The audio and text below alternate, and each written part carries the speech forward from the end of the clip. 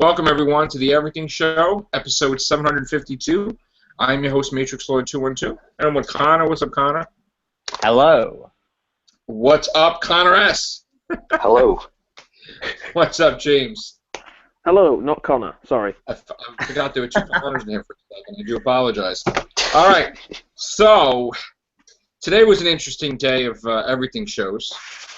Me and Chris were doing some Ghostbusters stuff and Shin Gojira stuff, and things got really heated throughout the day with the comments and everything. People passionate about Ghostbusters, but not in a good way in some cases, and Shin Gojira. So first we're going to talk. You saw Ghostbusters, Connor Farley? Yeah, I watched it online a few days ago now. Okay. Yeah, I think to give my review on it, I think it was. It's not as bad as it's being said to be. I think the people that really hate it are the ones that are on the right-wing side of the political spectrum. It's the people that hate the feminist stuff and all that.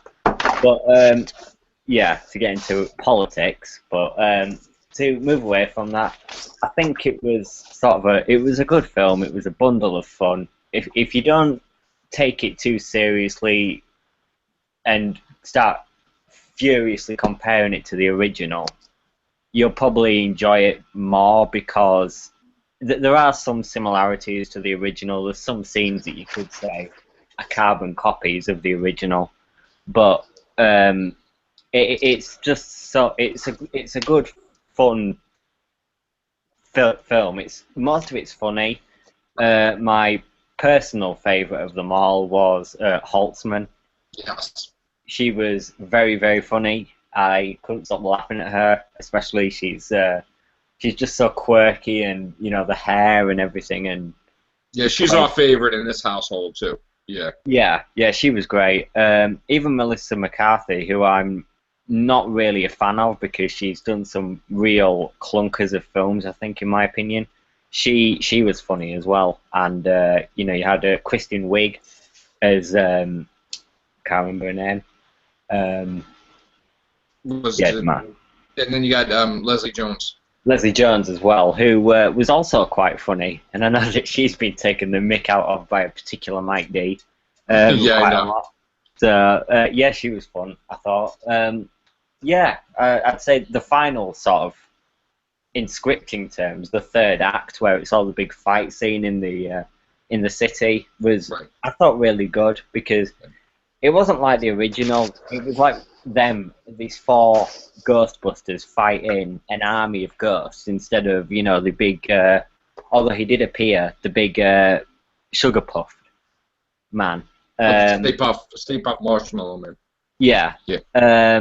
And so I think overall it was just a really fun film. If you don't take it, again, as I said, if you don't take it too seriously, you'll probably end up liking it.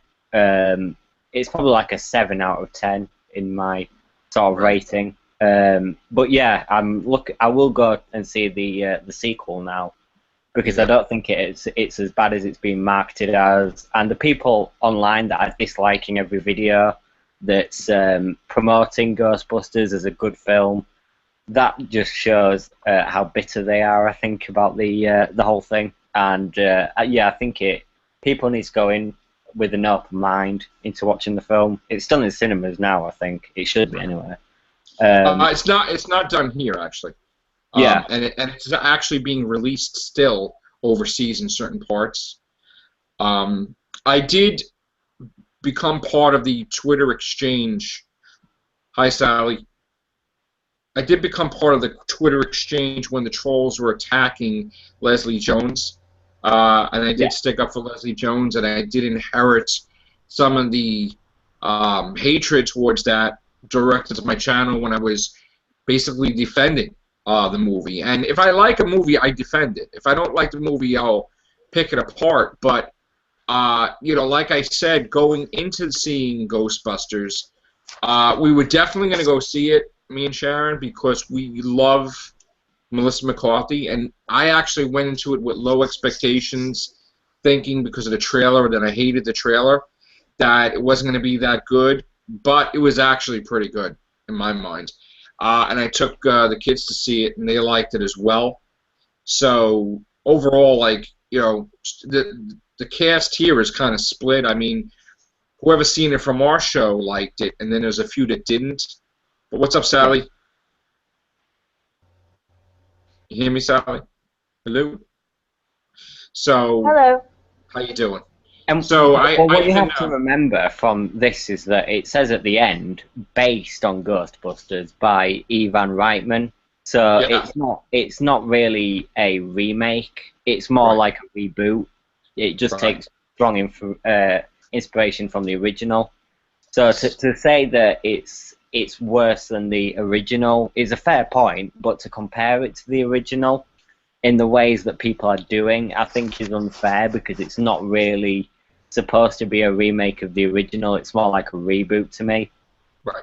The way I heard it explained was that it was like an Earth 2, where in this universe there was no ghosts and stuff, and they started up. But then what I'm also hearing in the background noise is that the eventual purpose of this is to build a brand and build a universe behind the Ghostbusters where they'll encounter someone like Zool, which will be like multi-dimensional, meaning that it's the same ghost in many different realities that will connect other alternate Earths, possibly. So I heard that that may be a possibility, that they had intentions of doing it, but they didn't want to do it for the first film. That there is a possibility that in the second one or third one, they'll encounter Dan Aykroyd and Ernie Hudson and even Bill Murray in that universe, but that's not been confirmed yet. So, again, Zoo will probably be the one to bridge that gap. We'll wait and see. But anyway, none of the characters really resemble the original Ghostbusters, with the exception of maybe Holtzman is like kind of like an Egon character. Yeah. But again, you can't hate on this movie. I mean, I know everybody wants to see a Ghostbusters 3, but they just didn't get it to work. I mean, Bill Murray didn't like the scripts. He even shredded the script. And they were fighting here and there between him and Dan Aykroyd and different things because they really couldn't make it without his approval. That was the way it was set up originally. And also, Harold Ramis had passed away. And, honestly, it wouldn't work if you wouldn't have all the Ghostbusters together. So, they decided after supposedly they gave a buyout to Bill Murray, and then they were going to do a Ghostbusters 3, but then they only had Dan Aykroyd and Ernie Hudson, and they decided, no, let's just reboot it. And that's basically what happened, and then they got everybody aboard with the exception of Rick Moranis. So, again, you can't hate on them, and all these reports about it's against men and all that stuff, that's nonsense, because if you look back at the original Ghostbusters, they really didn't favor the women that well either. I mean, they didn't really put them on, the insults of Bill Murray to Sigourney Weaver. That was the time in the 80s when stuff like that happened. So you can't really psychoanalyze the movie to death and dissect it to death, because nobody really did that to the original Ghostbusters 1 and 2. So they're just looking to have fun, and I think that's the whole point that everybody's missing, that, because they can't have a Ghostbusters 3, they're crapping on this movie. This movie's a great movie, and I'm so happy that they greenlit a sequel. And then we have people that really take it too far, that, like, this basically killed their parents or something. I mean, like, literally, people on here are just losing their shit so bad about Ghostbusters. I mean, totally flipping out like it's the worst thing in the world. And I think people need to chill a little bit, because, whether you like it or not, it's getting a sequel. And then they lie about the box office numbers, which I really don't understand why. Even you can even see, like, when they talk about the box office numbers for all the movies, they conveniently leave out Ghostbusters, which I guess is now 7th place, but they'll bring up the 8th, 9th, and 10th place movie, which is really bad. I mean, it's like the articles out there are fake, and they're really trying to, blast it and try to knock it out of the water before its time. There was other things that didn't really help the situation, with them announcing that they endorse Hillary Clinton and all that stuff. That stuff was nonsense, which Sony had taken down all of that from Twitter. So there's some stuff out there where people are like, oh, Paul Feig had, said the movie had to make $500 million. He said this, he said that. Yes, he's the director. Yes, he's the writer. But he really shouldn't be making a thing about it has to make $500 million. That's not from Sony's mouth. So the movie could get a sequel if it's not $500 million. So that's my point. Is I'm not bashing the director or writer, but I'm saying that the company is Sony. The company is not in dire straits like people say. They have the PlayStation 4 out. It's generating a lot of money. They have other things. The company is not in dire straits like they make it out to be.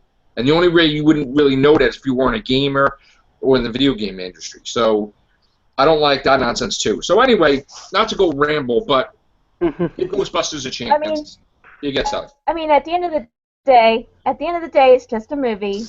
Yeah. You can either like it or hate it, but I mean, it's just a movie. There's no. Yeah. I mean, I don't understand the amount of hate this movie's generating. It's one movie that we talk about out of hundreds throughout the year. One. And we talk about a lot. If they don't want if the fans want the things to be exactly the same, they're going to have a disappointment for the next movie. Because if they do the sequel and they take Ghostbusters classic logic, then the sequel will be exactly the same as the first movie, because that's how Ghostbusters 2 was. It was exactly the same movie as Ghostbusters 1, with minute differences. Yeah. Which are both great movies, but they didn't use a lot of inspiration. Like, they didn't, take a risk and change the formula, like other movies do. I thought With this movie, they took a risk. Yeah, I thought the second Ghostbusters was a little more kiddie-ish than the original Ghostbusters. The original Ghostbusters was a little scary.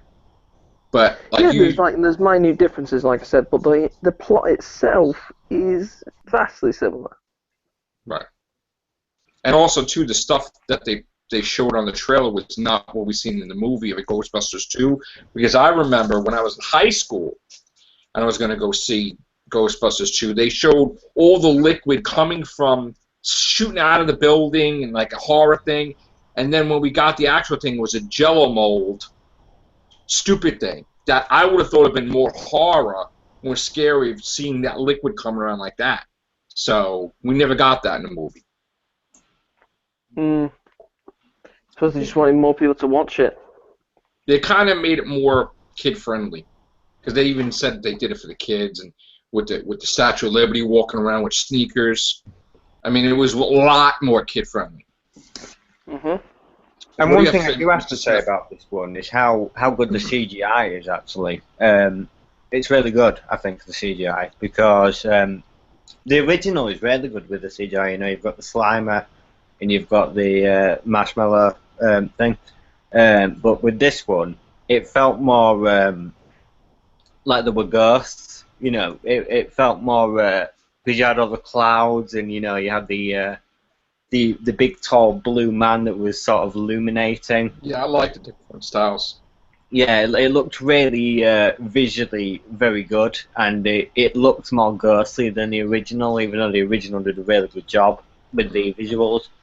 But I think this one is just it just suited it so well. So I think that's what probably added to my enjoyment of the film. They also spend more money on this than they ever did in Ghostbusters with the special effects. I mean, they really spent $154 million, but with a tax credit of $10 million, it brought it down to $144 million budget. So now that everybody's established, you don't have to waste time with an origin or anything. You can just go Ghostbusting in the next one from the beginning to end, and that's it. And you don't need as big of a budget either. Yeah. I mean, the dance sequence with Chris Hemsworth was over $1 million to shoot, and they wanted cutting it. So, $1 million to get everybody in the city to dance at the same time. Yeah. I mean, and and teach them how to dance that steps, like where they all be in sync. $1 million, and they cut it. Well, I was sure they were going to include that in the film, and then it ended up not being included. But it was as far as I know, it was in the credits. So we're gonna have some 15 minutes extra footage in the DVD Blu-ray release. Yeah.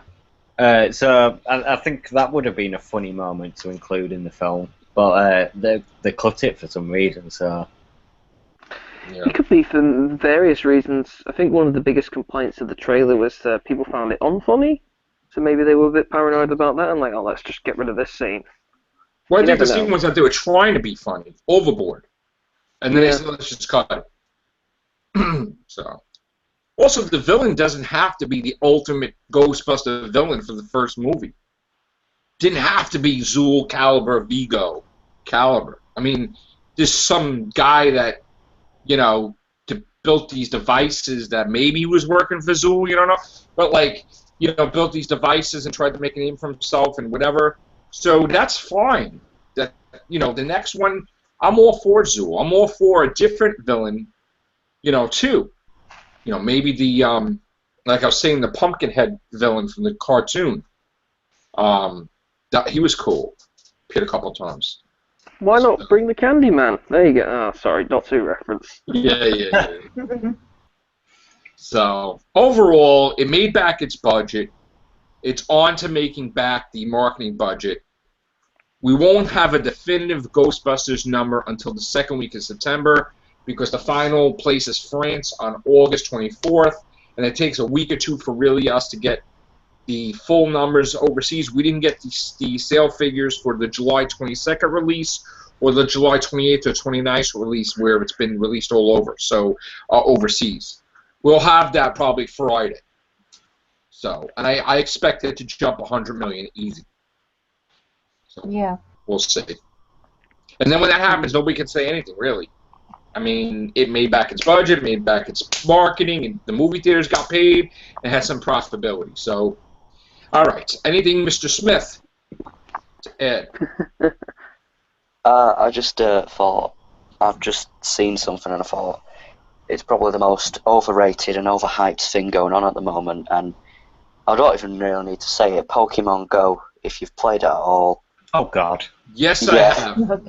Yeah, well, Niantic, which is the Pokemon company that produced the game, have received quite a fair bit of backlash after the update from yesterday, where they basically removed an essential part of the game, which is the footsteps.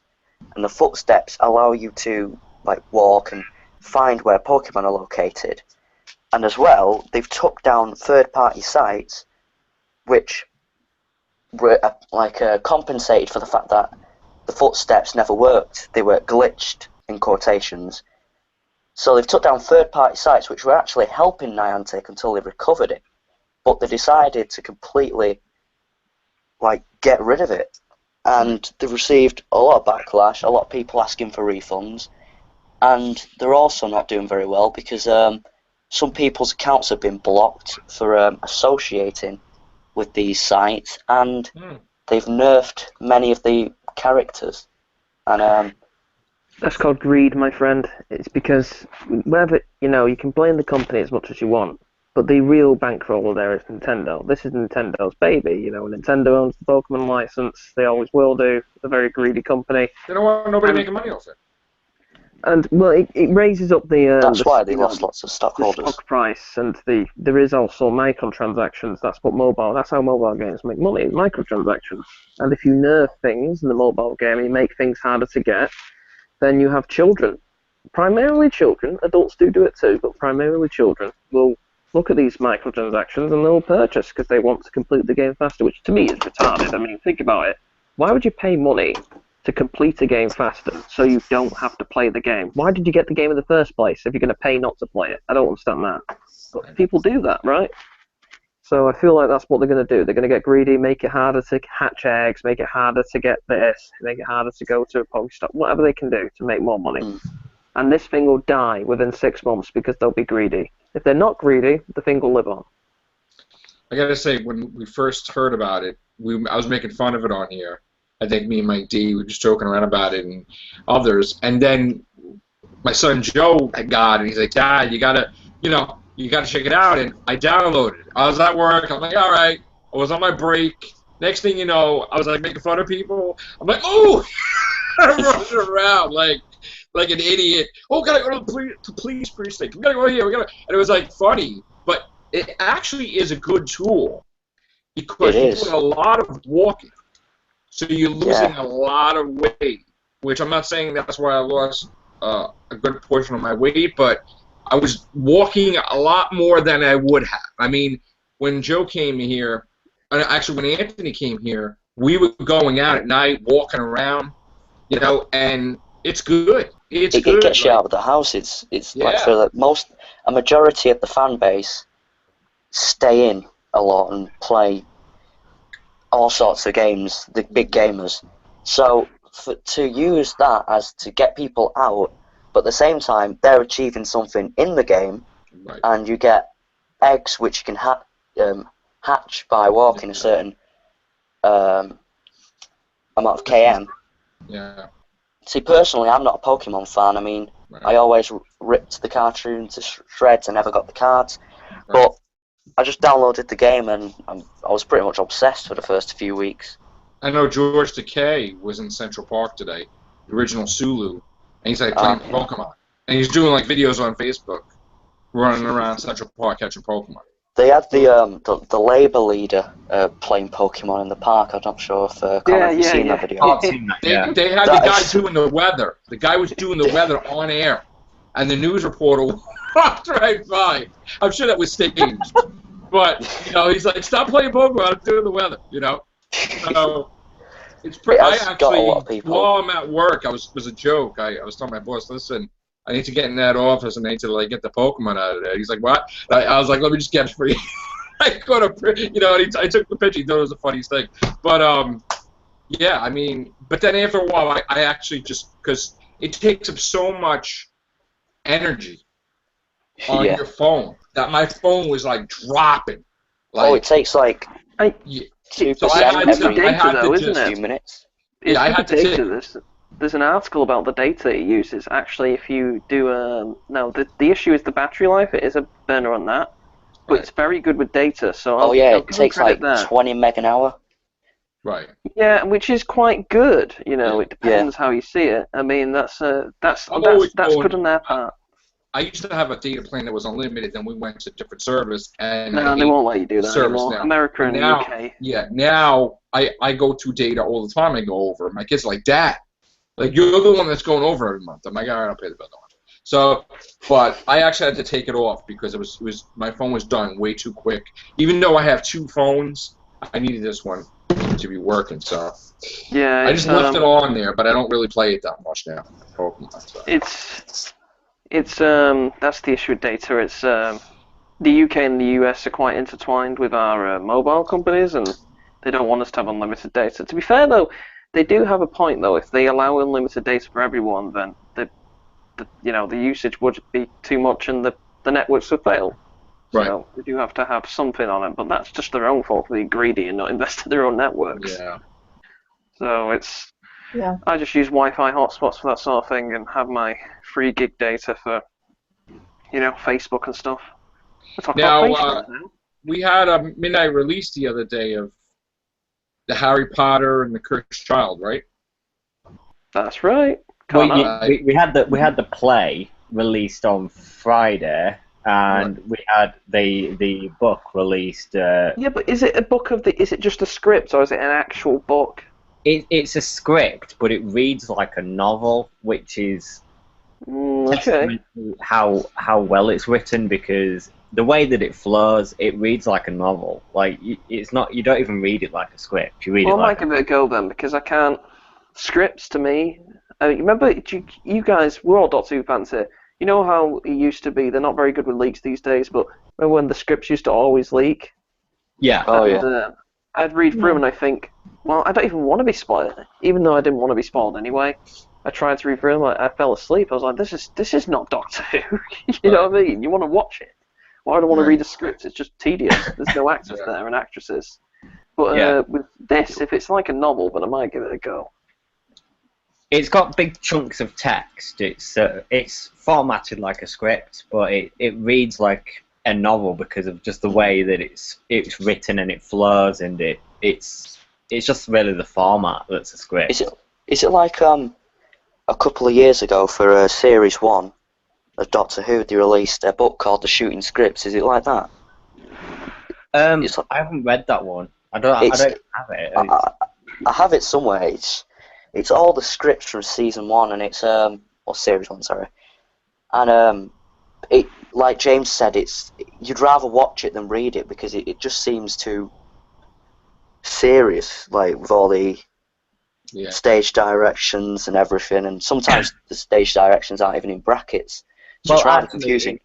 Yeah, it's really good with stage directions because there's not many of them at all. There's not any big chunks of text that are just all stage directions. It's like it's always next to the name, or it's of the character, or it's just a one-liner in italics underneath the last person to speak. But I read it in like 5 hours, and I can pretty much say definitively that it will one day become a film. Wow. Because it's getting reviews out of this world. Everyone seems to be loving it. The book is really good. It's set 19 years after the last one, and it's a whole new story. Although because it's time travel and alternate universes, which I'm sure Joe would like. It goes back in time to the Goblet of Fire. And it goes back before Philosopher's Stone, and then it goes back to the present day. In that case, it's 19 years after the last one, and it's all about changing time and alternate realities and stuff like that. It's really fun for any Doctor Who fan, I'd say, to read. Is it 19 years after the epilogue scene, or like the actual end of the last movie? It starts at the epilogue scene. That epilogue scene, probably not word for word, but it's in the script. Exactly the same sort of scenario where he's waving kids off. But they're in it. They're like 40 years old in this one. Right. They're in it loads. The original trio and Draco. The kids are all in it, and then I probably won't spoil it if anyone wants to read it. Is this a jumping on point for the kids to go to school and go through the whole thing like they did, like we're a whole new cast for the next generation, or is that not really the case? It's like in the play, the issue here is in the play, Hermione's black. Yeah, I know. So, yeah. Apart from her, everyone else is pretty much as they look in the films. Even the kids, because in the epilogue scene they obviously had all that acted out, so there was loads of kids in that one that looked like their parents. So why is in the book she's not black though, right? Yeah, why do that? I don't. It's not. You see, doing that to me is just saying we want to be appealing to everyone, and it's creating a race divide, because why change a character like that when you don't have to? Why create a new character? It's bizarre. Yeah. It's just Marvel does that, and it drives me nuts. I mean, the reason they did that is so to appeal. It's not racist, but it's being racially divisive. Sorry, because they're trying to appeal to their black fans, but there's no race issue. Stop creating one. Right. Yeah. Was there any like people actually saying, could you not like swap a character to a different race? Because it seems nobody says that. Do you know what I mean? Exactly. It seems like people they're thinking too far ahead, thinking we need to be politically correct, which we talked about the other night. So I just don't see the point of changing a prominent character. Changing their race, I don't see the point. You can do it in movies, like like the Fantastic Four. Even though, that movie last year was terrible. Oh, I know. Yeah. Do we all see that? Yeah. Oh. Yeah, it was horrible. Yeah. But I didn't mind about the Torch being black. I don't care about that. That doesn't make a difference because that's a reboot and it's different. I don't care. Your whole cast is black. No, but the thing that bothered me before the movie came out was the fact that when they asked the guy that wrote it and the director, well, if the Human Torch is black, is Sue black? And he's like, absolutely not. And when I heard that reaction, I'm like, what are you talking about, dude? Like, why can't she be black too? I don't understand that. And then like, oh, It doesn't make she's much adopted. biological sense, does it? I'm like, oh, you'll make Human Torch black, but you can't make Sue black? That doesn't make any sense. So then it was like they're adopted. I'm like, well, that's not what they are in the comic. They're not adopted. So it's like, well, whatever. But Marvel too. Marvel force-feeding us that the Hulk has to be Korean and a teenager and say, dude. Like, no. No, he doesn't. Is that what they're doing with him? That's what, dude. And he's like, dude, you're big, dude. And it's like, he's got like, he looks like a sumo wrestler that's painted green, but it's because he's Korean. What? And he has complete control of the Hulk. It's not like Bruce Banner couldn't control the Hulk. This guy becomes the Hulk, and he is the Hulk.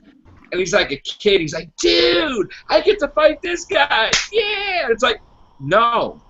And I'm like, dude, I got this chick. I'm like, no. No. And then, no. No. Sorry, no. Then the whole point now where they made a big deal about whoever is worthy can possess the power of Thor, right?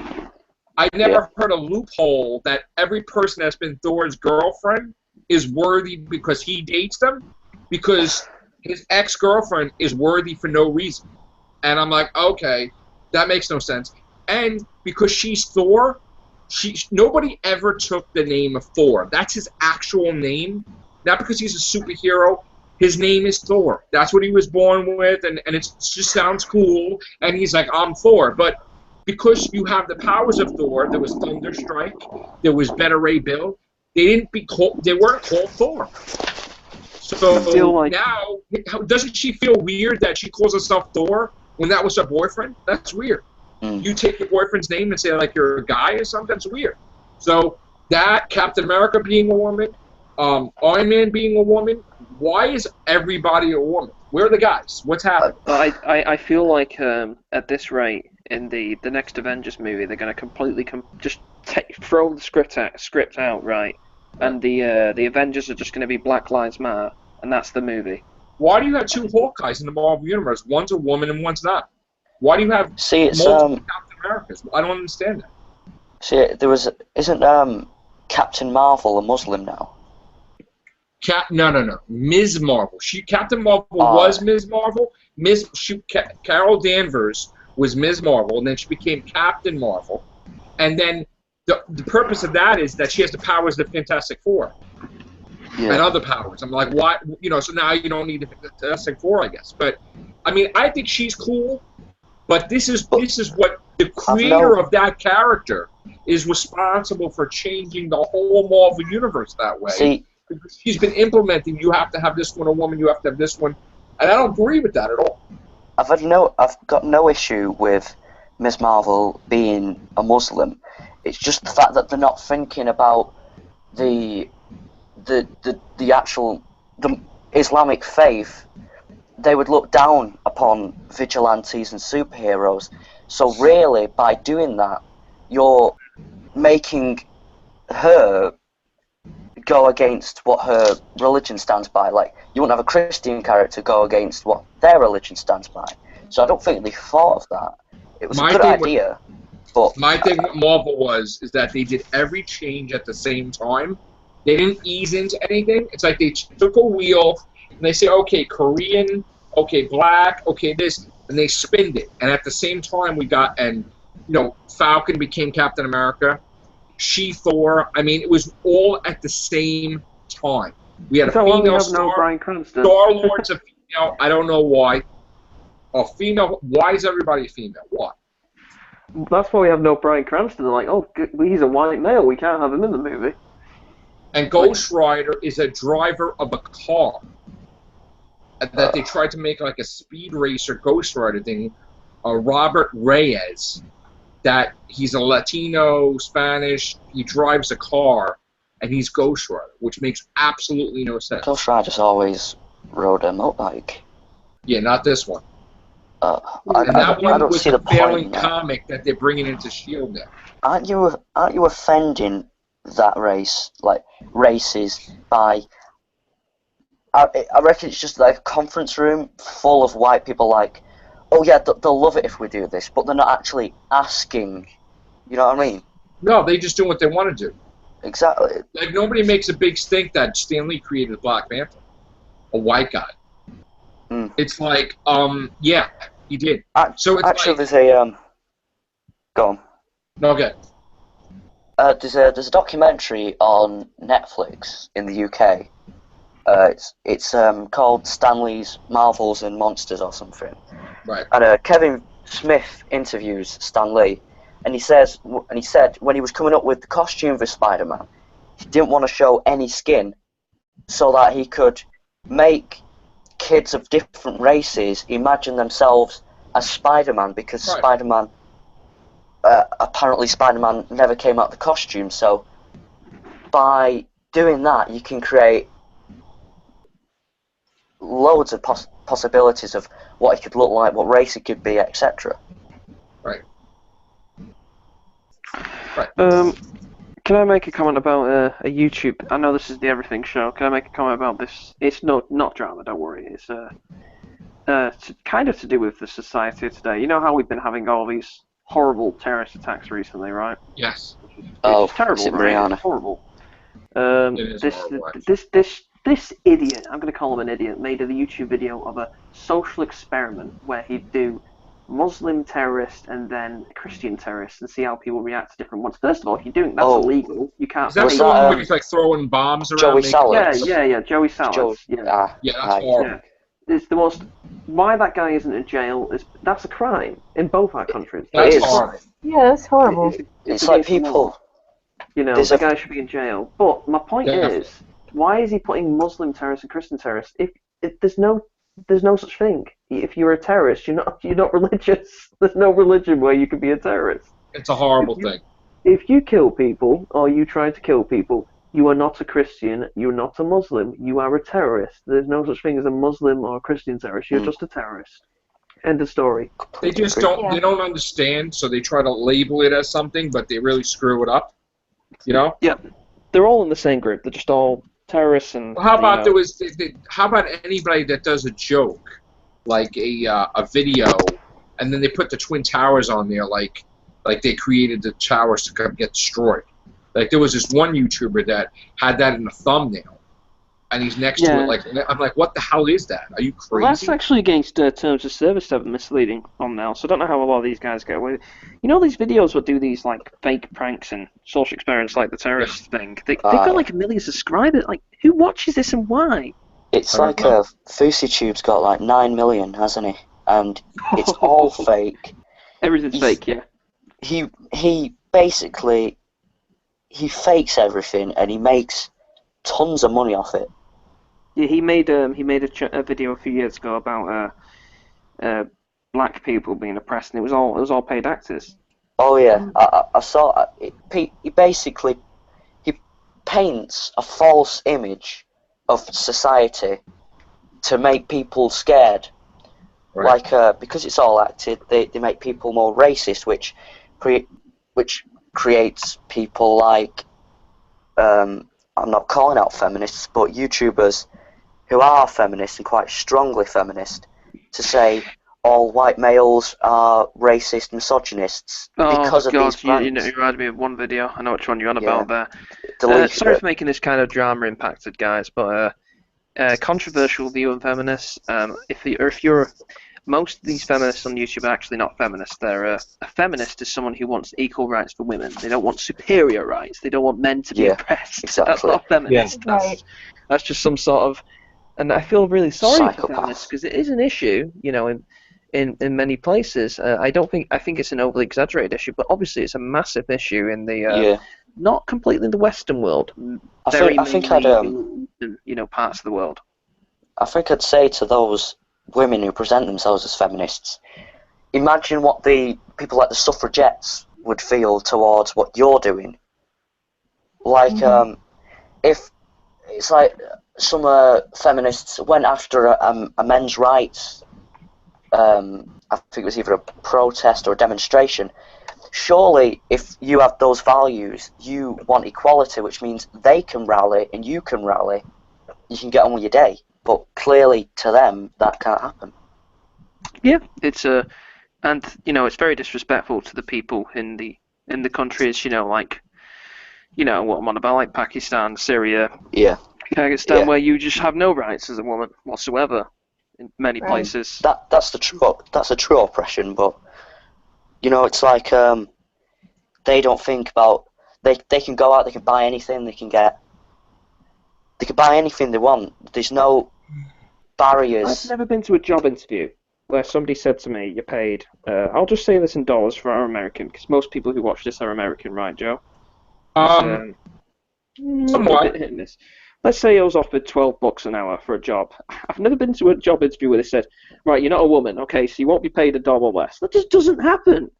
No. It just doesn't happen. I've never seen that before, and I need evidence of that happening. I need to be shown a video where somebody's got a hidden camera, they go to a job interview, and they get told they get paid less because they're a woman. It doesn't happen. I would say I'm a loose feminist. I'm not someone that would actively engage in making sure that women get equal rights, but I believe it should be a thing. And I think it is a thing. What feminists tend to do is they tend to exaggerate the situation. I think a lot of people do that, however. Yeah, it's a common thing, yeah, but mostly feminists tend to do that an awful lot, and it's made it worse. It's made it where suddenly the whole entire argument or debate has become tilted towards, as James said, women getting superior power while men are more oppressed. And it suddenly sort of turned the sort of... It's happened in this country too. It's going to a length... Sorry, go on. Go on. Yeah, I was just going to say, do you remember, because you're into politics like me, Connor, there was a time about 6 or 7 months ago where an MP for Parliament tried to set up a committee for, a vote on whether men should have some rights in the country too, because he was pointing out something to do with maternity, which is true. Maternity leave is actually quite harsh towards men in this country. Like, it's very more favourable to women, which it shouldn't be, because in the scenario where the woman leaves, which does happen, it's rarer. Obviously, men leave more than women. But in the scenario where the woman leaves the child, the man should have completely equal rights to the woman, to whatever, the woman's entitled to due to maternity leave and child benefits, right? And It doesn't happen. And that's what the guy was trying to say, which is totally fine. And what happened was he had, the vast majority of female politicians just shoot him down, call him sexist. It's disgusting behaviour. I can't believe these people are politicians. It's like if we're going to talk about politics, I don't want to. Well, I sent you guys a thing I wanted us to talk about in the Google thing, and also on Facebook. I give it to you, Connor Farley. So. Oh, okay. I thought that was interesting to talk about. Okay, but could I just explain my point quickly then? Okay. Basically, in the UK now, we have a female Prime Minister because our previous Prime Minister, Dodgy Dave, resigned after we voted to leave the EU, which is possibly the stupidest thing we could have done. Well, I wouldn't say so, because what it's done is it's sent shockwaves everywhere. Suddenly, we've gone from looking like an oppressed state in an undemocratic, bureaucratic superstate like the EU, and now all of a sudden we're deemed an independent state that now has infinite more power than we did 6 months ago. So I think I voted leave. So I think by leaving, we've almost... It's gonna, no doubt, it'll affect the economy, but... Well, it's definitely going to affect the economy. That's due to uncertainty and not doing Article 50 straight away. But let's not... the article you linked, Joe, it's very interesting there. Well, yeah, that's been an argument for quite a few years, the hijab thing. And that's what I'm saying, Iran, women are so oppressed, and it's like... These people are bringing up non-issues in these countries. I just find it disgusting. Well, could I just finish my point, please? I'm not going on a rant about the referendum, but I recently got into a bit of let's say, a dispute with someone over Instagram after someone uploaded a video of a couple of Hillary supporters. They were celebrities singing a song, and I basically said, in the actual full song, it's not on the full video on Instagram. So this person, I sent them the link to the YouTube video, and they apologized, because in the video they basically say that America made this first step of electing a female leader, when actually we've had a female prime minister here, we've had one before that, and obviously Angela Merkel. So, well, people are very ignorant. But go ahead. So literally, so I just said that these Hillary supporters need to stop overreacting and making the campaigning for the women's rights like more, let's say, blasted out, and talk about all the things that we need to do, or she needs to do. I kind of lost my point there, but I think that it, as Connor said, it is exaggerated, especially that the candidate for the Democrats is a female, so now more people want her to be president. But yeah, I think you guys have got a bad hand there. You've got you've got a guy who's just a bit crazy. Let's be honest. He does say some basically stupid things. You know, the wall thing is just stupid. There's no scenario where that wall is a good idea. It's just stupid. I've never heard something so ridiculous in my life. I don't care about I don't think he's an anti-woman. I think people say Trump is sexist. He made one comment about one woman who was quite vile. So, yeah, so what if she's a woman? If you're vile, you're vile. You know, I don't mind about that. Again, but he does say stupid things. You got two candidates that, which is worse? Like, they're both like, you know, you have no other choice but these two. Yeah, which is the more evil than the other one? It's like my main issue with Hillary is the email thing. To be honest, that I just find it so tedious and so over. It is criminal, but it's a bit over exaggerated. I just don't really care about that. My main issue with her is she thinks she's destined to be president. She thinks it's her like divine rights. It's like, you will elect me, or suffer the consequences. Like, I don't know. I am the master, and you will obey me. yeah, exactly. She thinks it's he's already president. You know. Yeah. There was a comment made by a comedian on I'm not sure if it was Mock the Week or The Last Leg, which are two shows, one on Channel 4 and one on the BBC. I told you the other night, Joe, that Channel 4's... Pardon?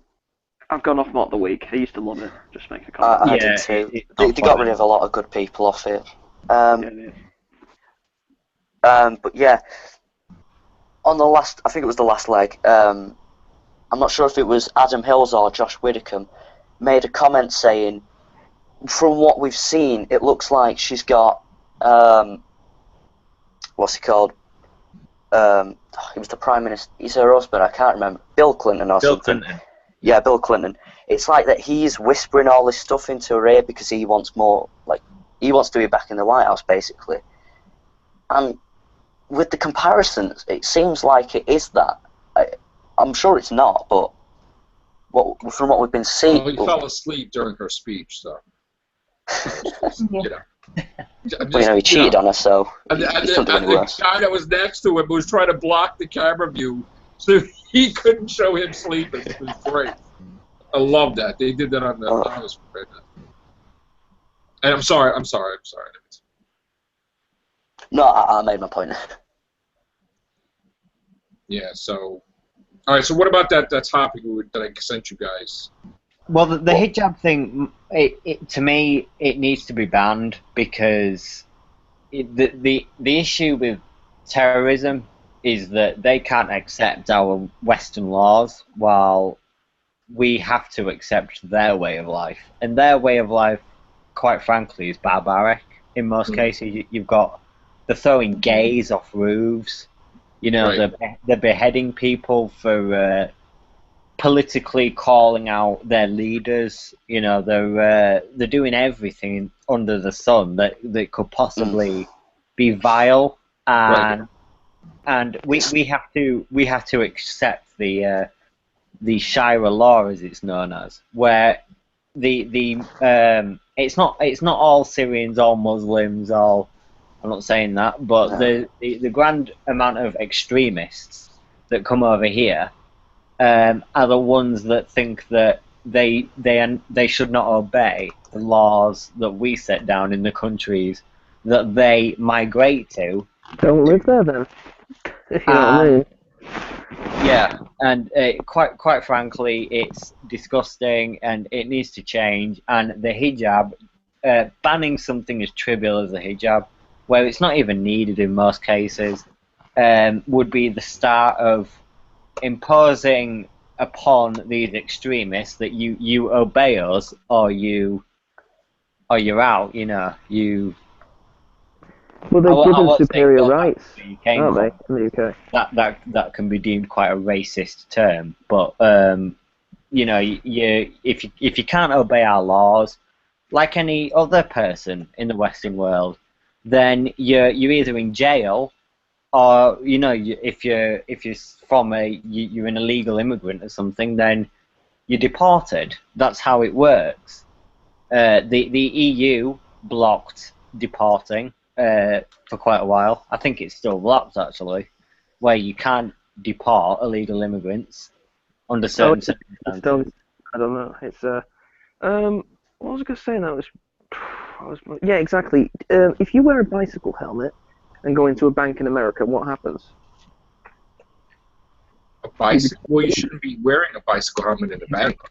Right, yeah, exactly. They don't really want you to wear a hood when you go to the ATM. They want you to take your hat off so they can see the visual image of you in case you're a crook. Mm-hmm. So you don't really go into a bank. First of all, if you go into the bank and you're like this, like whatever, they're like right away, let's jump this mother because he's gonna steal. Yeah, yeah. Like, you don't go like this. Nobody does this unless they're looking for trouble. It's like if you're going into a deli, like yo, like you know. Like, I'm not sure how does it work over there? Because in this country, if you're wearing a burqa, which covers you way more than a helmet, you're allowed free access into the bank. Dude, when people look like this, people know something's up. I mean, it's obvious. It's obvious. Do you think if you're wearing a burqa, should you take it off if you go into a bank? Yeah, you should take it off. They should. First of all, it's you know how hot it is in there. Even the husbands that are married to these women, they says they don't know how they wear them. It's ridiculous. You need like an air conditioner in that sucker. I mean, not that I could use it as an example, but in 1993, when I had to dress up like Barney in like 100-degree weather for like this amusement park that I worked in, or I had to dress up like Mickey Mouse or like a Power Ranger, that sucker was hot in there. I wasn't allowed to be in that costume for more than an hour, and the moment that hour came, I had 3 people grab me by the shoulder. They had one person to take the costume off, the other person to feed me 2 Powerades that I had to drink in 10 minutes, okay, to rehydrate. And then I had to sit out of the sun for at least 20 minutes because, so I could just imagine that during that all day long, I don't know how they do it. Well, it's a bit like the Cybermen from the classic series where they bolt on the cyber helmet and they be stuck in that thing all day and they literally can't get it off. That's terrifying. Yeah. I feel so sorry for those poorly paid, and I appreciate. I mean, I was upset when people were grabbing my tail because I had no control of it. But the burqa thing, the fact that they're allowed to walk in a bank and be covered up that much is ridiculous. They're given superior rights, and I don't think it should be banned, the burqa, because you should be able to wear what you want. If you want to go outside and wear a hippo costume and have I love Syria on your forehead, then yeah, wear it. I don't care. But it's not in the bank, please. Thank you. But I think in some cases there's too much freedom. Because you could go to Times Square and you could see women completely naked. Completely. It shouldn't be. Okay, they have like some face paint on. Some cases they don't have this face painted. And it's gotten to be so ridiculous that they have to impose some laws because literally you could have kids walking in Times Square. On this side of the street, somebody's talking about Jesus, and right like a couple steps away, there's a naked woman. What about the rules there? So if you see a naked woman, they don't seem to care. But if a man in his 60s walk outside naked, he's pounced on, right? Oh yeah, he's arrested. Like you can't show the junk in his trunk because there's no trunk, so it's like everything's exposed. You can't show that. But with face paint, with women, they could like do some weird thing. But in some cases, they're not even putting the face paint on there. They're just going topless because there's a law that they could be topless. So. Well, it was the Free the Nipple movement that did that, wasn't it? I don't know what caused it, but it's gotten ridiculous now. Obviously, it's a very grey area because it should be breastfeeding in public should be allowed. So yeah, there's nothing wrong with that, but I mean that's still. But walking out obnoxiously, I think you should be allowed. But to the grey area, if there's children around, use some common sense. Right. Just stop being. I gotta tell you, it's a very weird alien world, that Times Square, because, like I said, this guy's talking about Jesus. Then you got this 70-year-old woman that's topless. Then you got Elmo, and then you got Batman trying to do something. And it's like, in some cases, you got the guy that can't afford the costume that's like Batman like a ballerina. Gets a little mixed up. But it's like, literally, one of these days, you know what, maybe next time I go to Times Square, I'm just going to start filming all these things. Because one time I did that. And then I had 3 Elmos and a Cookie Monster running after me. Because, see, the rule is you can't film them. If you film them or take a picture, you have to give them $1 each. Because that's their whole thing. That's how they make money. They want to take a picture of you. So if I'm like this, and they're like, hey, you film... Like, I literally had three Elmos and a Cookie... That's why I had to take a picture on Facebook with 3 Elmos and a Cookie Monster. Because they were running after me, these big friggin' monsters. I would have loved to have seen that. I'm sorry, but that would have been great. My gosh, that's funny. That's right. You remember, Sally, I had that picture on Facebook. That was why. Because they caught me. They got me. And I'm like, all right. I'll look for that picture while you guys talk about. What do you think about, what is your opinion? Because as Americans, I'm curious to think, what do you think about your own cops right now? Oh. Okay. Did you say cocks or cops? Cops. Okay. I heard something completely different. Yeah, this is. I do apologise for that. Repeat that, please. Yeah. Yeah. So, what do you think what is your opinion on the methods of your law enforcement recently? There you go. All right, before I answer that question, I am going to say that I had a lot of friends that are police officers. I had my uncle, my godfather was a great detective that caught the son of Sam Keller, amongst other police. So, being that I had even friends, co-workers, I know a lot of police officers.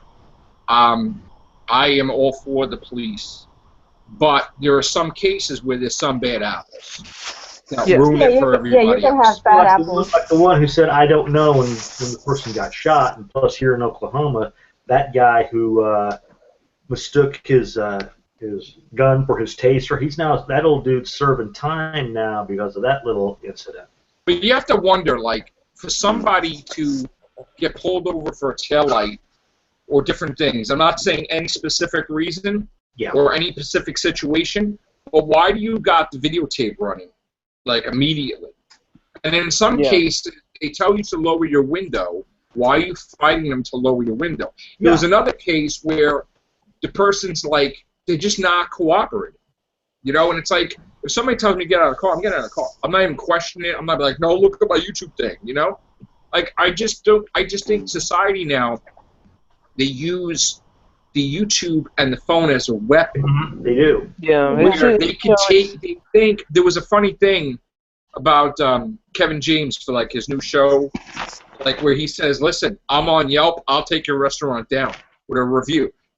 People literally think that they're powerful making videos with YouTube that they can destroy people. So they just think they could film and stuff, and I think that's getting out of hand. There's go on. I was going to say, a buddy of mine, he posted something to Facebook about an expected father who the expected mother said, don't pull over. Well, everybody's jumping on Cody's ass because he says, this guy did wrong. The expected father did wrong because he didn't pull over. Yes, the father did wrong. He should have pulled over. Yes, the father, the moment he said, now granted, There's two reasons why he could not have. I can understand why he wouldn't want to pull. One, the shoulder was too shallow or too steep on one side, or two, it was unmarked car. Fine, that I can understand. But the moment he saw those red lights, he should have pulled over, explained his situation, and then the cops would have most generously would have escorted them to the hospital. But because he decided to follow his expected wife's advice of not stopping, he was put in the situation of being in the wrong, and every time he tried to get up from the ground, the cop kept pushing him, telling him, "Stay down." So I'm with the cop on this. The guy should have pulled over and explained his situation, but he failed to do so, so he's in the wrong. But these people who were, but at the same right, these the cops who were during that black rally thing, going on to that person's lawn after that woman said it's all right for these people to be there, then in that case, those cops are in the wrong. Yeah, because breaking the peace. They're the ones that are trespassing, not the protesters that are standing there. Well, in the UK 2 days ago, at a London tube station, where you got some echo there. Right. Yeah. There was an incident 2 days ago at a London tube station where there was a black man and 2 police officers came over. It didn't involve any guns, no one was shot or anything. Damn. They they pinned the black guy down, and for some reason they put a mask over him. I don't know if James O'Connor heard about this. I've not heard of this. The headlines a bit. Mask over him.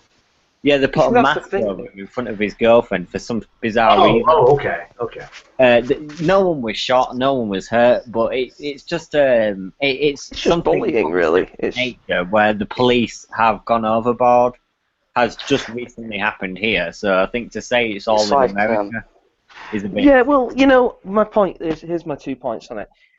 Number one, there's crappy human beings in the world, and occasionally you will hire crappy cops, but the majority of them are great people. Okay, they do a great job, and without the police, you'd be very sorry. You wouldn't want to live in this world without cops. Okay, very bad world. But I feel that American cops, primarily, there's some terrible police forces. Just go to some African countries, it just gets disgusting. But I feel like American forces are, from my observation, they're trained poorly. Like, they're trained to be aggressive. I see, military tactics used. You're trained to shoot to kill. You're trained to engage in a hostile manner. No, you are cops. You are supposed to be maintaining the peace. You're not supposed to be going up to people and trying to start something, which is what they're seemingly trained to do. They're trained to shoot people first, and that's not good. It's not good at all. There's a video, not sure if you've seen it, it was on Facebook, it was going around, where a few British cops went over to the US and they did a demonstration in front of American cops of how they handle a situation. And they're showing them a video of an example where there's a guy with a machete in London, and there's 3 police officers. There's 3 police officers circling the guy with the machete, and they successfully take him down without using any weapons. So they managed to, while the guy goes to the one police officer with the machete, the other 2 can get in, take him down, and arrest him. Yeah. But it was like the cops were saying, if that was here, he would have been shot. Yeah. Which is shocking. Because they pretty much have the notion is they pretty much have the notion that it's the surrounding public and then it's them. But if you're coming at them in a very unorthodox manner, they got 2 choices. They can either wound you or kill you. But if they feel that you're going to be a threat, sadly, they're going to pick the latter in order to... I know it's pretty much scorched earth policy in doing that, but... It's like with the Mike Brown case, where the police officer told him to. Allegedly, he came at the police officer and started banging on the window, and the police officer shot him. But where the bullets were, he had his arms up, so he was pretty much surrendering to the police officer. But he still felt the need to kill him, and that pretty much triggered this whole Black Lives Matter. Yeah, that's a joke. Which is, I don't believe. Black Lives Matter. When it first started off, it was on the right track. It really was. But then you got it should be all. It should be all lives matter. To be fair. Yeah, that should be all lives. But the problem is you got too many people who've got things that are plaguing their own lives. They're trying to make their personal situation into a public one, and the people who are naturally found, the people who are there for honest protesting the matter that's there, they're not questioning those who are entering. They're just thinking, okay, good. These people are helping to protest. No, the people who are entering, they just want to be connected and say that, oh yeah, I was part of a great cause. And then if something goes wrong, boom, who gets the blame? Well, the whole thing with the Black Lives Matter is against the teachings of Martin Luther King. They're just looking for violence. Yeah, exactly. And that's totally against. I think that's part of the group. There's two examples I saw which was very bad and bad taste from Black Lives Matter. One example, no whites allowed at this meeting. Now, white people fight for black rights too. White people can fight for black people's lives too. That is completely ridiculous. Whoever arranged that meeting should have been, taken out of the group. And the other example was I saw where they walked into the middle of the motorway and blocked traffic. Yeah, you can't do that either. That's retarded. Somebody could be injured, they could be going to hospital, somebody could need the medication, somebody could need to see their grandma who possibly needs help. Just stupid. I think the only thing that I've ever applauded Black Lives Matter for doing is when they went on stage and slapped Milo Yiannopoulos.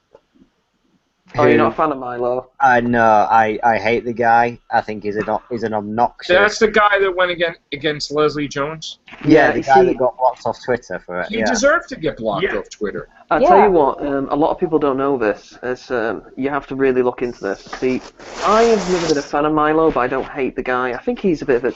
I'm trying not to swear. He's a jerk. That's the point of him. He is a complete jerk. Is he entitled to be a jerk? I suppose, yeah. If you want to... There's a thing about being a jerk, and there's a thing about being like a racist and saying harassment or racial things, and he went too far with Leslie Jones. And then people say and then people use the argument, it's my opinion, we're all allowed to have an opinion. But that's not, first of all, that's nonsense. If you're saying something that could be seen as extremist... He's saying complete racist things. He's goading her into cursing and being out of character, and he's trolling her to try to destroy her. But he's I was going to say something about his ban at first. If you're just simply saying your opinion about how you just don't care for her comedy, or you just don't care for her for an actress or so, that's one thing. But when you're going out and literally calling her a nigger word and comparing her with that's and all that. That's defeating your argument. And two, you're proving your head is up your ass. I agree with the comment. He can say whatever opinion he wants on the. Now, at first, I didn't know all the facts. I had to really look into this because I really do believe. I've not heard of this before, to be fair. Say again. I've not heard of this situation. We were talking about this when we first started the cast, because I had said that she was getting Leslie Jones from the Ghostbusters and the Silent Life. She was getting ripped apart by the trolls on Twitter. See, why weren't they ripping apart the white actors? And they created fake accounts with her name on it saying racial slurs. Yeah, you see, that's what here he is. This is what the issue is with Milo. At first I thought, okay, he's been a bit of a mean guy, but is he entitled to say his opinion? Yeah, I think that's okay. Should he have been banned? No. But then I found out he's retweeting. Now, what his followers do is actually not really any of his business. As long as he doesn't entice them to attack her, that's not really his fault. He should not be responsible for his followers, okay? I think to blame him on his followers' actions is ridiculous. How can he control that? But he retweeted a fake tweet, which is clearly fake, of Leslie Jones' fake account, yeah, saying something really racist, but that wasn't her, and he knew it was fake, and he retweeted it anyway. Now that is slander, and it's also libel, so he should be banned. Milo is known in the business as an opportunist, and he takes the opportunity to stir anything up that he can, and he's a bit like, yeah, he's a bit like Katie Hopkins, who is also British. Basically an attention seeker. Yeah, he's massive for that. He's been known to entice his followers into attacking people before, and it's a well-known trait of his. He can influence quite a lot of people. It seems he's got very strong views, and people respect that. And because of his political views and everything, so he's managed to get a good following of people to follow his every word and to entice these people into attacking other people, mostly feminists, it seems. I don't like Milo at all. So I think when the woman from Black Lives Matter went on stage on his college tour in the US and slapped him, I thought that was something that I felt I had to applaud. So, usually I don't entice violence, but this guy, you gotta understand, he's just freedom of speech is fine, but this guy is just not a nice person. He's just not nice, and some people are just not nice. And go on. I was going to say, I'm at the point in America. You have the Ku Klux Klan back on the rise. In Britain, we have hate groups such as the EDL, Britain First. Britain First is a hate group. Yep. I'm not sure if they go out publicly now, but people like Britain First go into town centres and they create situations. Yeah, and they harass like Muslims and stuff, don't they? They only start recording to post to Facebook to get their 1 million plus fans or supporters to share, which creates more tension. They start recording when the person that they're attacking says something back. Yeah, so bad. Yeah, they'll go into public. They'll create themselves as the victim. Yeah. Basically, they're very far right. I'm pretty sure you US guys have heard of UKIP. Obviously, Nigel Farage. They goes out of the EU. Now they're quite right wing, but they're not racist. They're not against. They've certainly said some comments, but I don't want to defend them. But they're of their time, aren't they? Like they were born in the 40s. Yeah, like there's a few UKIP members who said silly things, but there's loads of Conservative members who said silly things. There's loads of Labour members who said silly things. Britain First is just a racist group. It just is. Yeah. We have to remember that in previous life, Nigel Farage was a Conservative in the early 90s. So he's very what I call conservative this time around, because I don't believe that who doesn't agree with his party, right? I don't really think that the Conservatives are that conservative. They're not. They're a weakened version of a Conservative party. To me, a Conservative party is the one that you had with Margaret Thatcher. Shutting down so many factories, putting people out with jobs. That's Conservative. We're making everyone miserable here with British politics. Conservatives are renowned for not liking change. Conservatives are renowned for being bastards. Well, yeah. End of. The top. Political debate here, guys.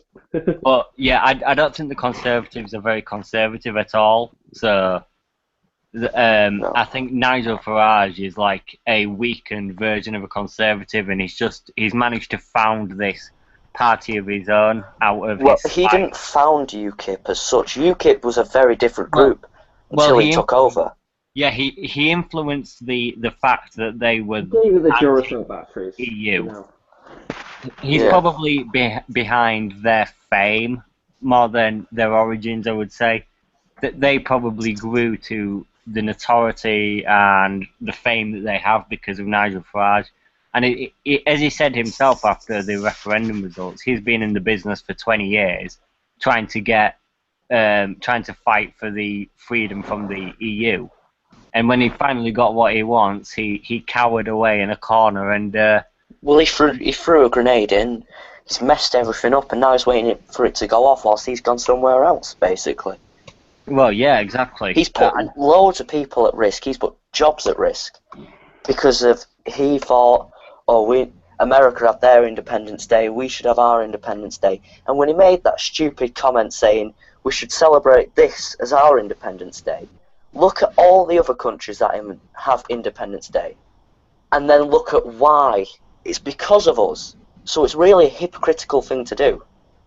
Well, I voted Remain, but it's a democratic decision. We'll make it work, and I'm sure we'll be fine. But what side, if you don't mind me asking, what part of the spectrum are you on, James?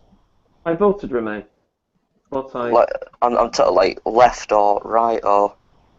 Well, people say Corbyn is left, but if you actually look at Corbyn's policies, he's actually not very left-wing because all he wants is equal rights for people, and I'm quite a big fan of Corbyn, to be fair. I love Corbyn, but I've met him twice. Yeah. I'm a very big fan, but it's. I like Corbyn, but he's just so easy. Like Theresa May comes in on her first Prime Minister's questions and completely decimates him. That's not his fault, though. You've got to understand. He's got like 200 people behind him just being complete childish. It's like backstabbing him. But anyway, we're getting this really off topic for the Everything Show, guys, because nobody understands what we're talking about. I'm sorry to our American friends here. I apologize. I don't mean to interrupt, guys. I do apologize, but Connor Farley, I sent you something on Facebook, and I sent you guys it in the Google chat. We have breaking news that just occurred. Could you talk about that, Connor?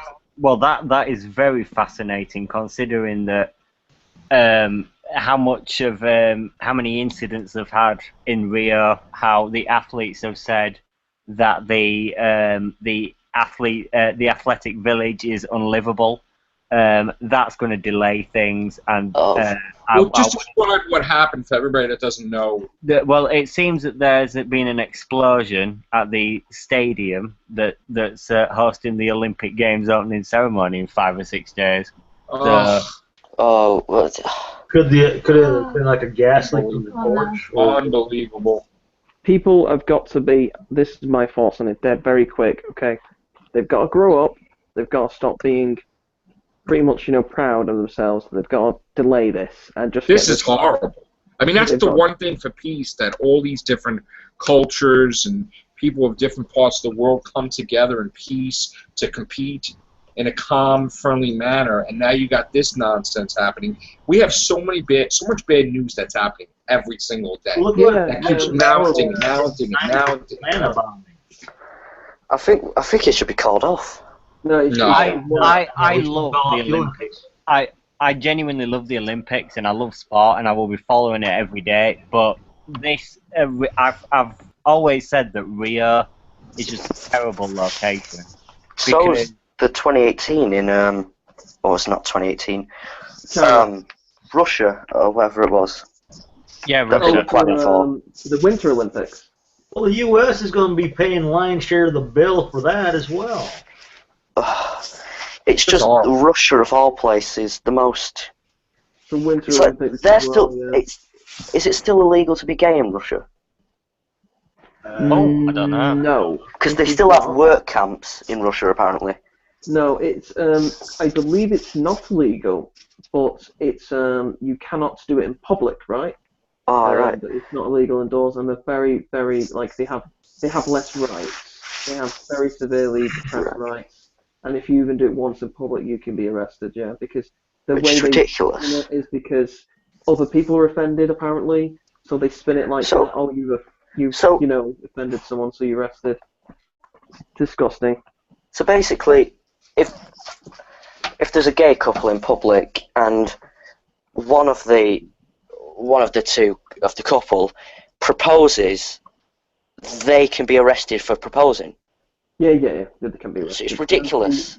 The thing about Russia is what they do is it's not illegal, but they tolerate these despicable groups on Facebook mainly, where they've got millions of followers. Because Russia's a big place, And yeah. what they do is they let these groups attack these gay people, these very far-right groups. It's horrible. It's horrible. But this attack is worrying because, well, this bomb in Rio, because I think if there's even a chance of one person dying, they should call it off. Well, the thing is also that they're still battling the Zika virus, which is in probably every mosquito in Brazil by now. Jesus. And that's what's making athletes pull out, because they don't want to get this deadly disease that could change their lives, because it can deform their kids if they ever have kids. Oh my God. Well, it can put them out of a job as well. Yeah, it can seriously hamper their careers and stuff, so they're all pulling out because of that. And to have security risks like this is a second worry on top of something like Zika virus. It's mind-blowing how they could even contemplate competing or even hosting such a big event like the Olympics. It will go ahead, but it's going to be a disaster. It's like I feel like it's going to just fall apart, and it will probably end halfway through. I feel like that's what's going to happen. It's like, I'm not sure if Dad or living. I was visiting Dad when the Atlantic bombing. Guys, just give me a few minutes. I'll be back. Okay. Go ahead. It means No, we I can was still just talk, saying. though.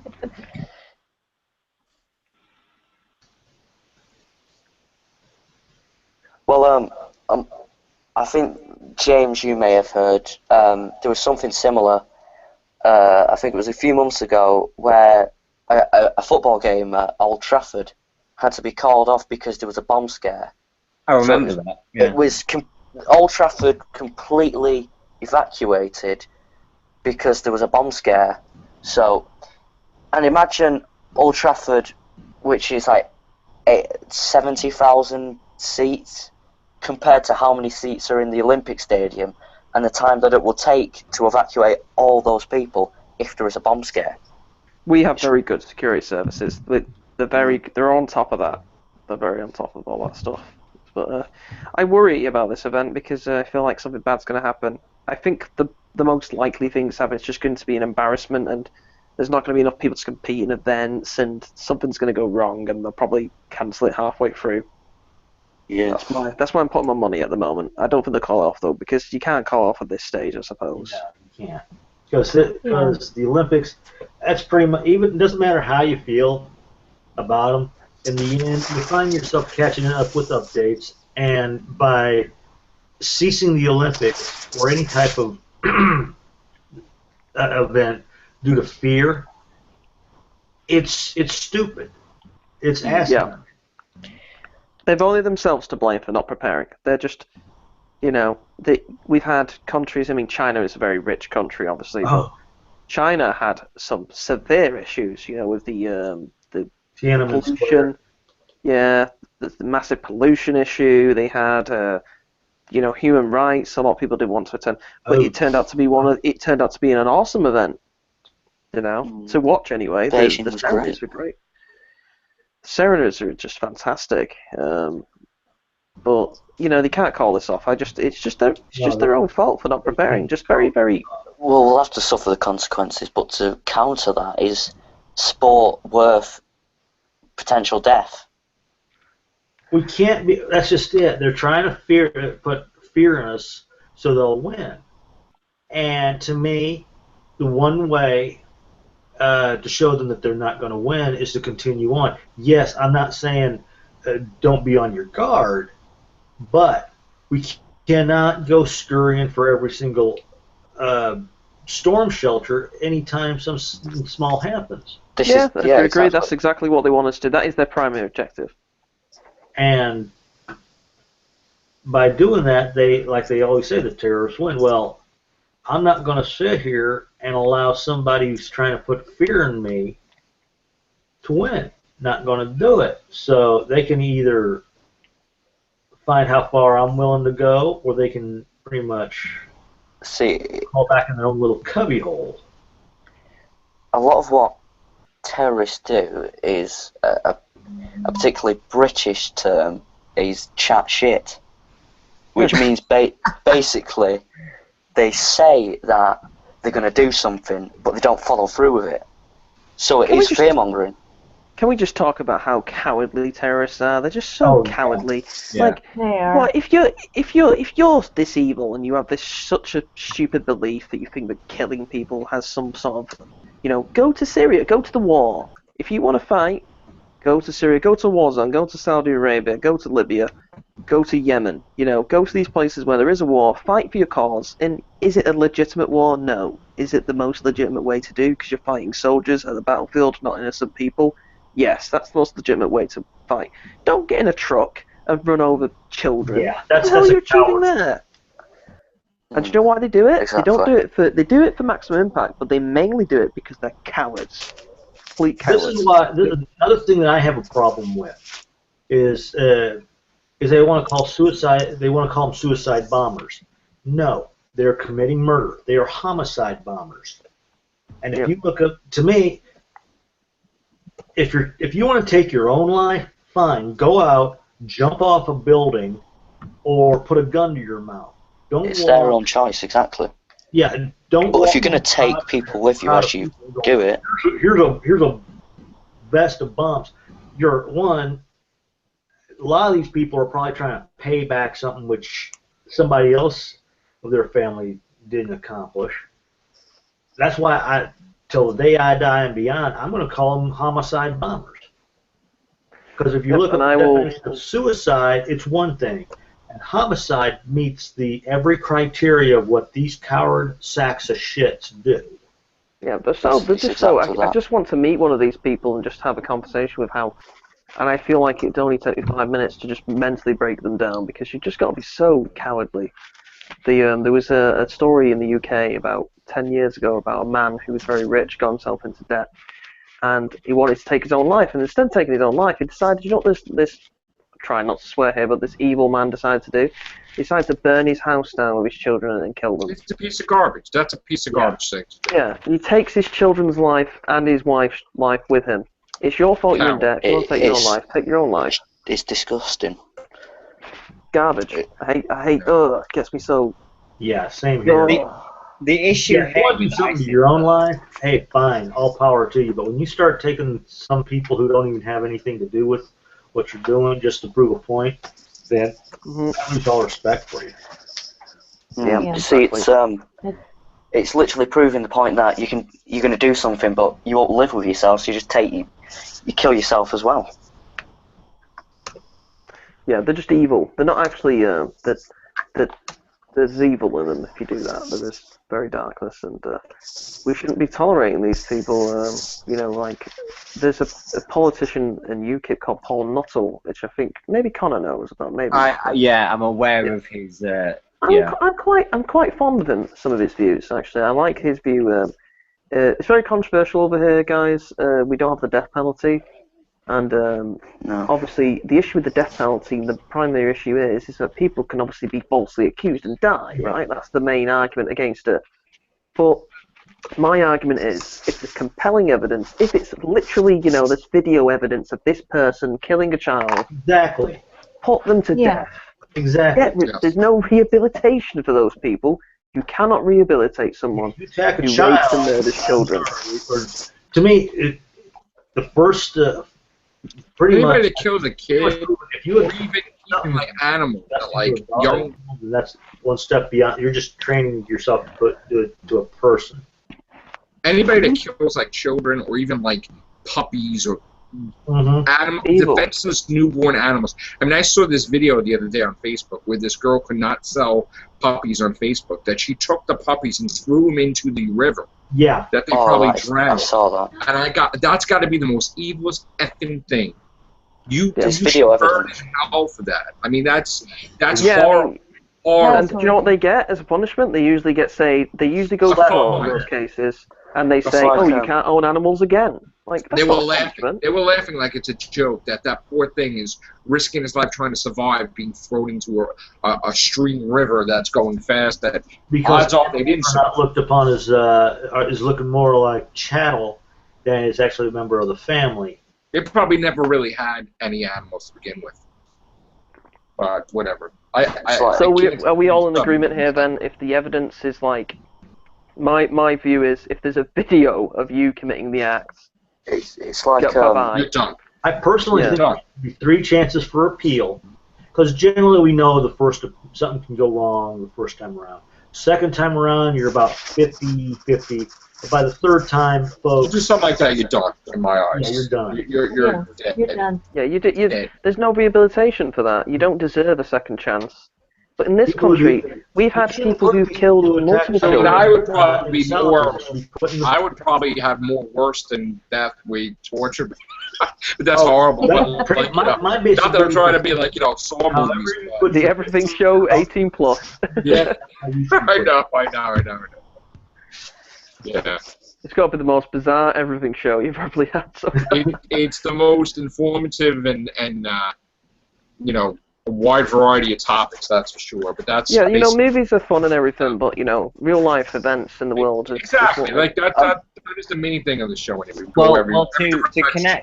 To connect the death penalty and the previous discussion we had about the EU referendum, the Turkish Prime Minister, who successfully dismantled a coup going on in the country, as I'm sure you heard about, has said that he wants the death penalty back.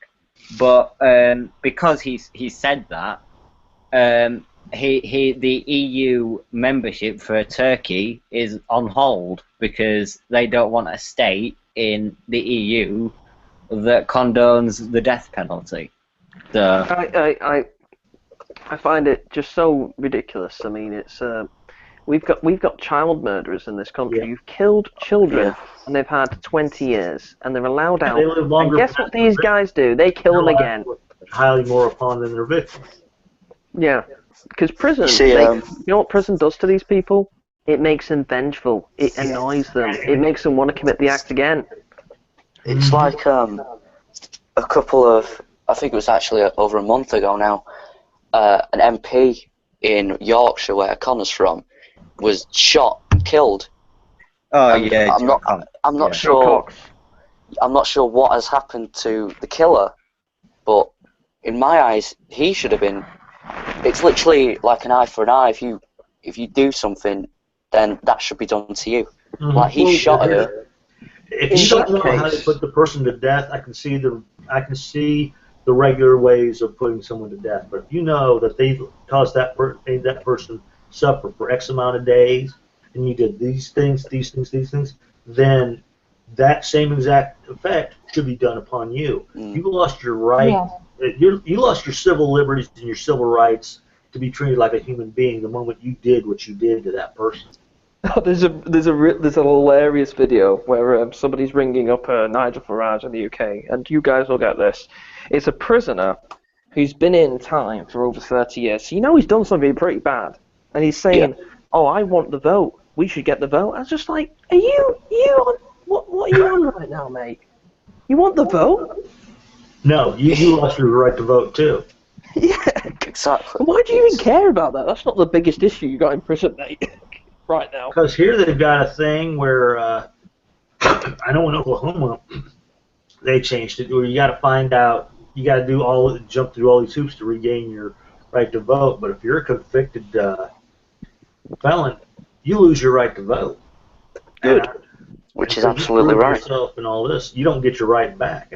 It is different in America though, because you can be, put in jail for not paying fines, and then you go out because you lost your job. Taxes, you don't pay stuff. Yeah, you get in trouble. Yeah, there's still scenarios where you get, tickets, which are obnoxious tickets, and I've heard of stories where they don't pay the fines, so they go in jail, and because they go in jail, they lose the job, and then they come out and they can't pay the fines, so they go in jail again. That's stupid. Have some leniency. Well, if they can't get a job, then it's a never-ending cycle, really. Yeah.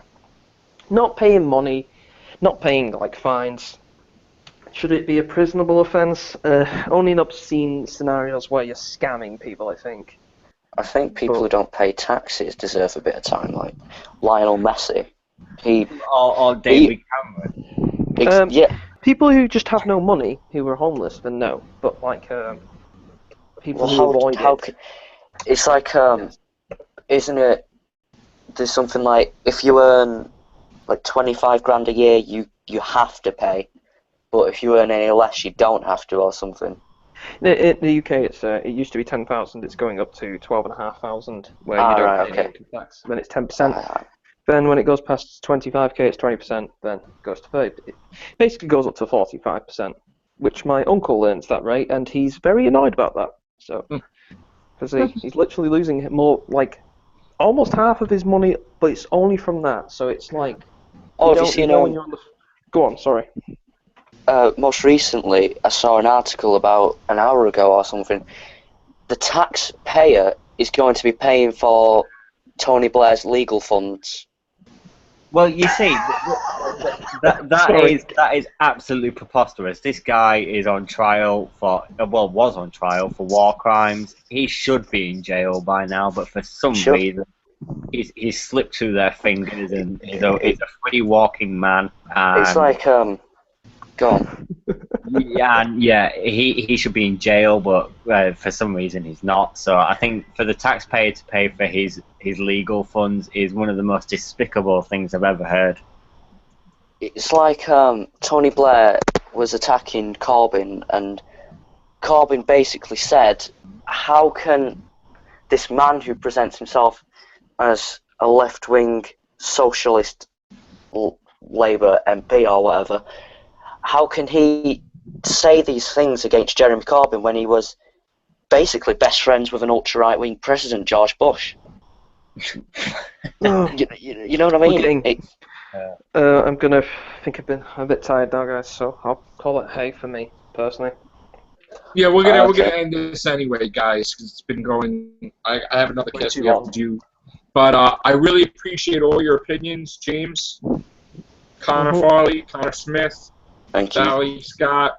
I really appreciate it. This was a great cast, and we'll have more like this. So thanks a lot, guys. Take care. Bye for now.